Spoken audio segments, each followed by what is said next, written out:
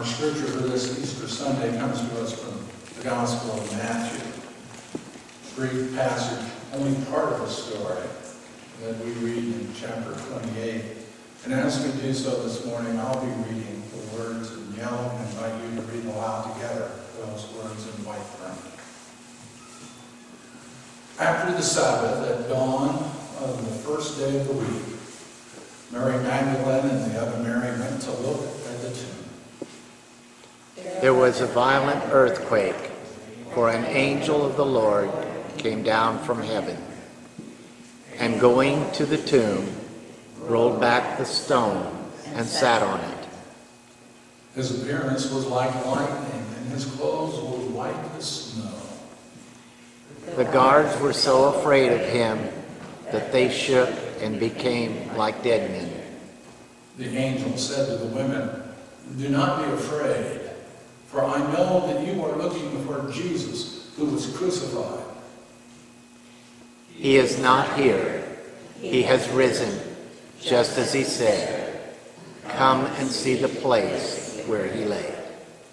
Then go quickly and tell his disciples, he has risen from the dead and is going ahead of you into Galilee. There you will see him. Now I have told you. Now you have been told.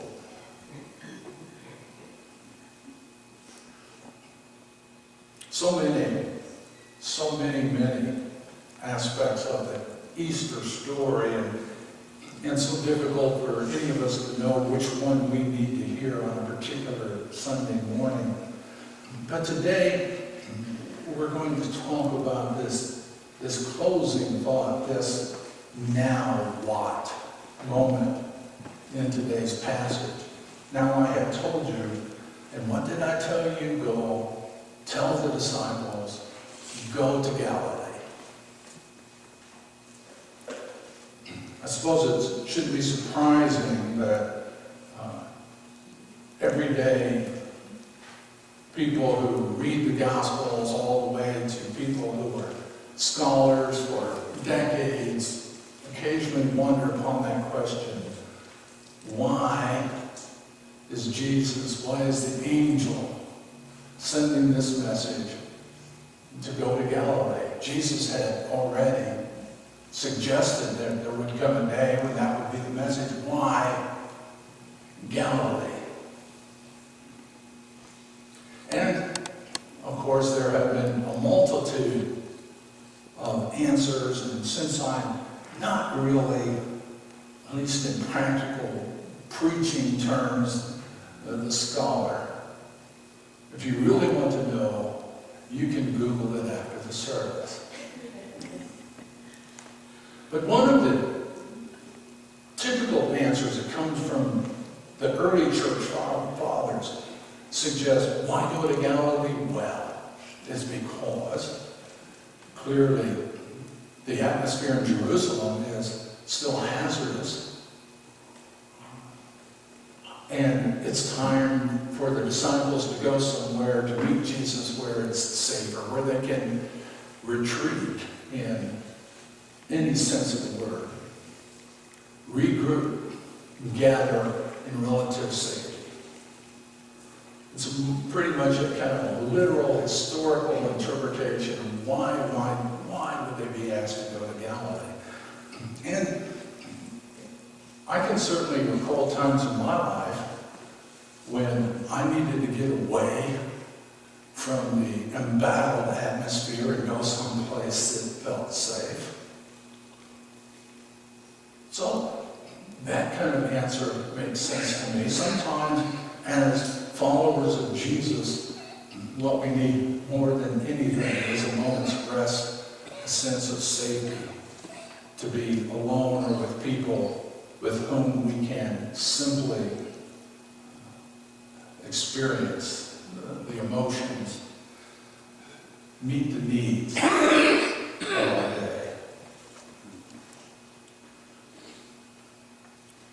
But I suppose I prefer the second of many possibilities, the notion that it's not so much a physical, literal, historical response, but that it is more the metaphor. We have to go to Galilee because Galilee is where it all began. Galilee is where Jesus truly, fully emerged onto the scene. Galilee was the first place where many people would have experienced his teaching. Galilee would have been the place where many, many people first formed their first impression. Where, as humans do, they created Jesus in their own image. They assigned to him whatever it is they were hoping for and looking for.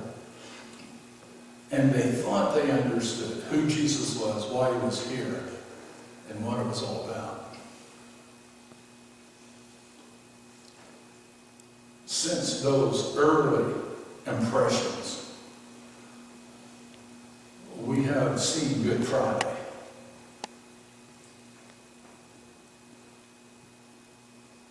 And we know that he didn't come to fulfill what people thought he came to fulfill.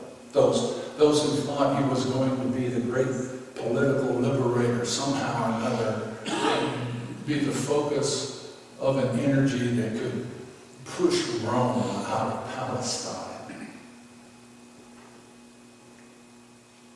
He didn't do that. Rome crucified him. He did become the great Messiah of the Jewish people, the fulfillment of their religious, spiritual dream, the Jewish faith, the temple.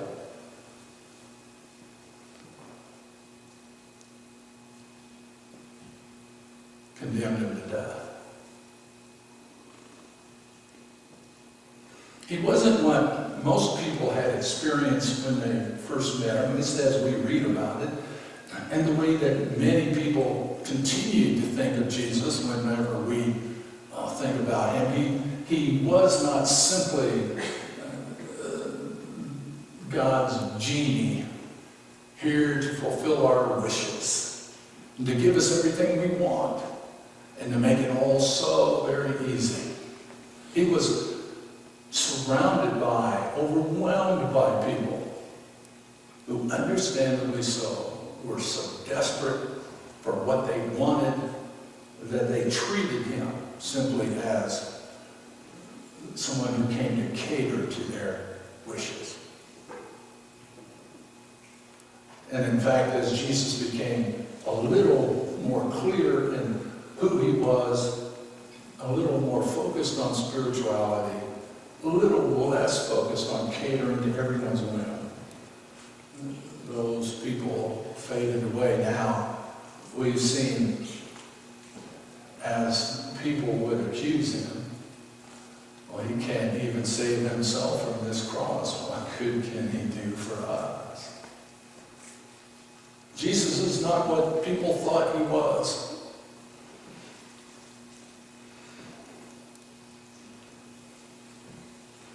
That's something else I can say I've experienced. I don't know if I've ever been what anybody thought I was. I suspect you have never been what anybody thought you were. Sometimes we're not even who we think we are. Jesus was not the fulfillment of their whims and wishes. And now, on the other side of Good Friday, on this day of resurrection, Jesus, God, the angel, sends people to Galilee because we have to go where it all started, because now we need to figure out once more, with more information, with more clarity, who is this Jesus? What does he mean? What does this mean for us? We have to go to Galilee. We have to revisit every assumption we've made. We have to explore every belief that we're confident in. And to see that in the light of the resurrection, after the aftermath of Good Friday, whether or not we need to begin again and rebuild our own faith. This is a journey not everyone will take. This is a journey perhaps sometimes we're not ready to take. Go to Galilee. Start all over. Examine. Challenge. Clarify. After weeks of Lent where we have been asked, invited to look at the tough questions, to try to find those difficult answers, and to rethink and re-examine our faith, it only makes sense now in the light of the resurrection. Who do we think Jesus is? What does it mean to follow him?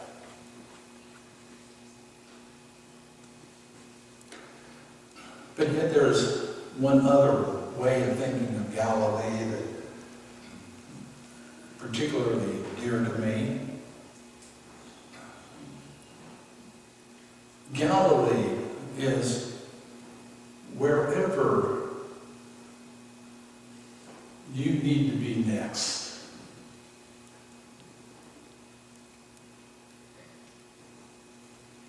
Galilee is the place where God is waiting to show you the joy and splendor of whatever is next. And certainly we confess that there are times in our lives when we aren't sure what is next. Sometimes when thinking about what is next is a terrifying thought. Sometimes when we will do anything but think about what is next. Sometimes when we aren't sure there is a next. Sometimes when we don't really care. Galilee is the place where God has gone ahead of us and is waiting for us to make the journey. To take some steps, to make some effort, to have enough faith to think that it's worth traveling there. So, when we lose the job of our dreams, and we aren't sure how we're going to pay the bills, or how we're going to tell the family, or what our career is going to look like now, and we are terrified, and we are angry, and we are overwhelmed, and we just aren't sure what's next, Galilee is the place for us. Galilee is the place that calls us. Galilee gets us to move from just sitting and being frightened and just sitting and being lost and just sitting and waiting for some magical answer. Galilee is the place we're called to go. When we have a dreadful argument with someone we love dearly, and we aren't sure if there's a tomorrow to our relationship, when we experience a breakup, when we somehow live through a divorce, and we just aren't sure there's a tomorrow, there's not a next in our life. We may never trust another human being with our heart that way. We may never open up fully enough, and not being willing to open up, we doom any future relationship. We just aren't sure there's any place to go. We certainly know we aren't ready to go there. But there's still a Galilee out there, somewhere down the road, in our future, the hope and promise of love, of redemption, of healing and wholeness, of starting over. There's a Galilee, regardless of how painful or today's reality may be. When we've lost a loved one, when they've passed away, or when they've deserted us, and we just don't know what to do. And some days we don't care. Times we're ready to give up. And times when we're so eager, so desperate to find answers, but we just aren't sure there are any. The Easter message is, there is a Galilee waiting for you, and Jesus is there, and God has it. And you may not believe it today, and you may not believe it tomorrow, and you may have questions and doubts and frustrations, and the grief may still be overwhelmingly dark. But the Easter message is, take a step anyway. Make some movement. Seek some healing. Find some hope. Love will not desert you. God's grace will not fail you. There's a Galilee waiting for you. And ultimately, it's even when we face the prospect of our own eventual death.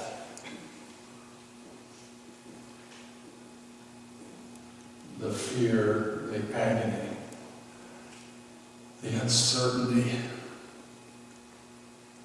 the questions, the extraordinary effort we often go to not to think about it, not to even understand it's a reality, not to process it, not to talk about it. I wish the preacher would shut up right now. He's talking about my death. It's such an overwhelming thing. To somehow be able to move into it, eyes wide open, hearts filled with faith, and to believe there's a Galilee. There is something after, with God. Every one person in this room has a different understanding of what that may or may not be. My faith tells me the description is impossible. The promise is God will be there waiting for us. The promise is it will be much more than you could ever imagine anyway. Whatever it might be, there is still a Galilee waiting for us, even as we face our eventual end on this planet.